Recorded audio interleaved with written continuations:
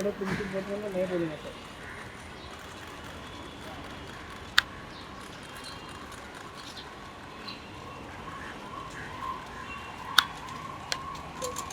आ जाओ बहुत इंतजार कर रहा हूं। आगे मत जाओ कोई वहीं पे ले लो ले लो पार्टी पार्टी पूरे लेके जाओ ये पार्टी अरे ये भाई जाना थोड़ा सा दूर दूर दूर कोविड का पकड़ लो पकड़ लो ओके रोल गाना सामने देखिए। जो प्रॉपर्टी सेल में दूसरा मामला दर्ज हुआ था उस मामले में आपको आरोपी बताया गया, आपने कई कोर्ट में दरख्वास्त की, राहत आपको सुप्रीम कोर्ट से मिली, क्या करना चाहेंगे और आज आप आई हैं या किस यहाँ पर किस लिए बुलाया गया, क्या क्या कुछ होने वाला है? मैं फ़िलहाल तो यहाँ पे स्टेटमेंट देने आई हूँ जो काफ़ी टाइम से पेंडिंग था और ये सबको पता है कि मुझे पूरी तरह से फ्रेम किया गया क्योंकि मैं बार बार मीडिया से इंटरेक्ट कर रही थी, लोगों के सामने सारी चीज़ें लेकर आ रही थी क्योंकि हो क्या रहा था कि ये लोग सिर्फ वन साइडेड खेल रहे थे, इनको जो मन में आ रहा था वो लिख रहे थे, जो मन में आ रहा था बोल रहे थे। तो बहुत ज़रूरी था कि मैं अपना पक्ष रखूं। तो जब मैंने अपना पक्ष रखना शुरू किया, क्योंकि कॉन्स्टिट्यूशन में सबको हक है कि वो अपनी बातें रखें, तो मैंने अपना हक पूरी तरह से यूज़ किया, मैंने अपनी बातें रखी, तो मुझ पर केस किया गया, पूरी तरह से मुझे फ्रेम किया गया।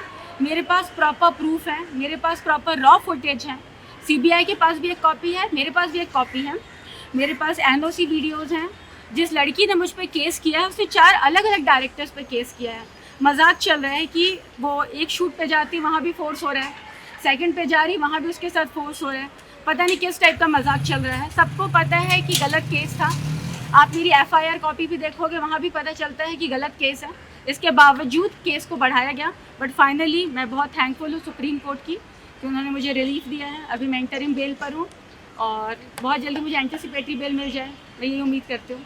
इस मामले में राज कुंद्रा अभी 3 दिनों पहले जेल से बाहर आए, जब वो जेल गए थे तब आपने उनका सपोर्ट किया था कि जो मूवी है उसको इरोटिका बताया था। अभी किस तरह से आपका बयान होगा, वो जेल से बाहर आए हैं जमानत पर 64 दिनों बाद? देखो, अभी मैं राज कुंद्रा पे कोई कमेंट पास नहीं करना चाहूँगी, लेकिन मैं ये ज़रूर कहूँगी कि जो भी फिल्में हम लोगों ने बनाई हैं सारी फिल्में एरोटिक हैं, बोल्ड हैं, कोई भी फिल्म पॉर्न की कैटेगरी में नहीं आती है। किसी भी फिल्म में ऐसी कोई भी एक्टिविटी नहीं हुई है जिसे आप पॉर्न कह सकें।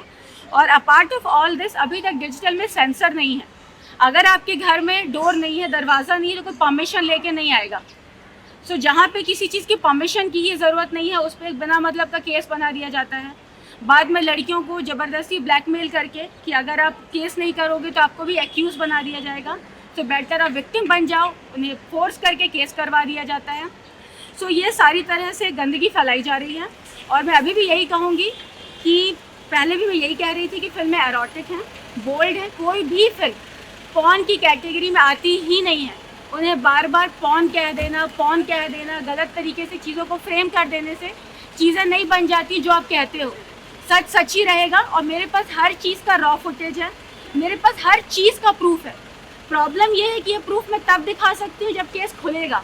अभी तो फ़िलहाल जो लड़ाई चल रही है वो सिर्फ इस चीज़ की लड़ाई है कि इन्हें मुझे JC में रखना है या PC में रखना है।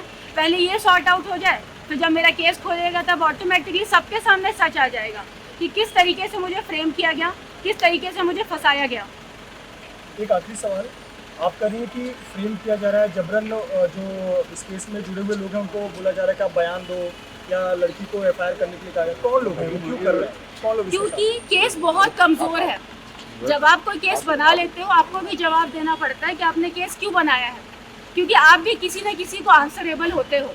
आपके हिसाब से कॉन्स्टिट्यूशन नहीं चलता, तो जब आपको पता होता है कि आप कमज़ोर हैं तो आपको 1-2 कड़ियाँ और जोड़नी पड़ती हैं।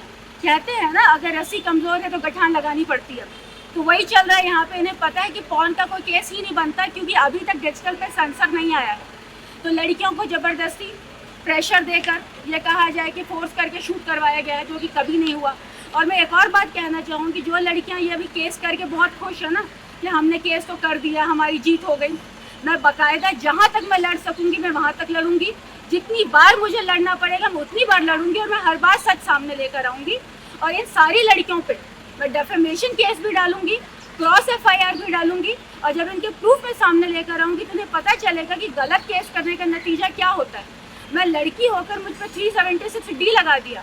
इमेजिन करो अगर मेरी जगह कोई लड़का होता उसकी ज़िंदगी निकल जाती है प्रूफ करने में कि उसने किसी का रेप नहीं किया है। यहाँ लड़की को प्रूफ करने के लिए 5 मंथ्स लग गए। मैं 5 मंथ्स जेल में थी एक रेप केस के लिए। यहाँ रोड चलते हुए किसी आदमी पे एक लड़की बोल देगी ना इसने मेरा रेप किया, इसने मुझे छेड़ा, कोई सफाई नहीं मांगता, कोई नहीं पूछता, कोई एक प्रूफ नहीं मांगता, तो फिर ये तो गलत है ना। आपको लड़ने का हक है, मैं लड़ूंगी।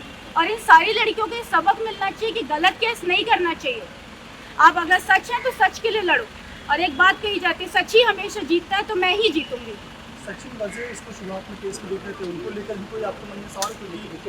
जिस तरह से उनका नाम बाद में आया वसूली केस में और अभी मर्डर केस में भी आरोपी हैं, तो कहीं ना कहीं संदेह पैदा होता है कि उनका मकसद क्या था उनका कहीं ये दर्ज करने का केस। देखो उसका कोई रिलेशन नहीं है ये केस। हमारे केस से उसका कोई लेना देना नहीं। Thank you. एक मिनट